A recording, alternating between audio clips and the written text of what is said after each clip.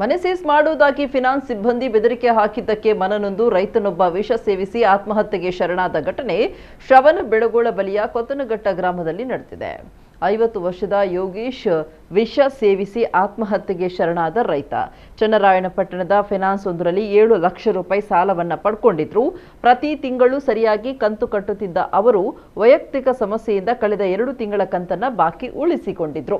February 4ರ ರಾತ್ರಿ ಯೋಗೀಶ್ ಅವರ ಮನೆಗೆ ಬಂದಿದ್ದ ಇಬ್ಬರು ಫೈನಾನ್ಸ್ ಸಿಬ್ಬಂದಿ ಮನೆ ಸೀಸ್ ಮಾಡುವುದಾಗಿ ಬೆದರಿಕೆ ಹಾಕಿದ್ರು. ಇದರಿಂದ ಮಾನಕ್ಕೆ ಅಂಜಿ ವಿಷ ಸೇವಿಸಿ ಆತ್ಮಹತ್ಯೆ ಮಾಡಿಕೊಂಡಿದ್ದಾರೆ.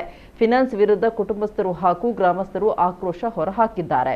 ಸ್ಥಳಕ್ಕೆ ಪೊಲೀಸರು ಭೇಟಿ ನೀಡಿ ಪರಿಶೀಲನೆ ನಡೆಸಿದ್ದಾರೆ.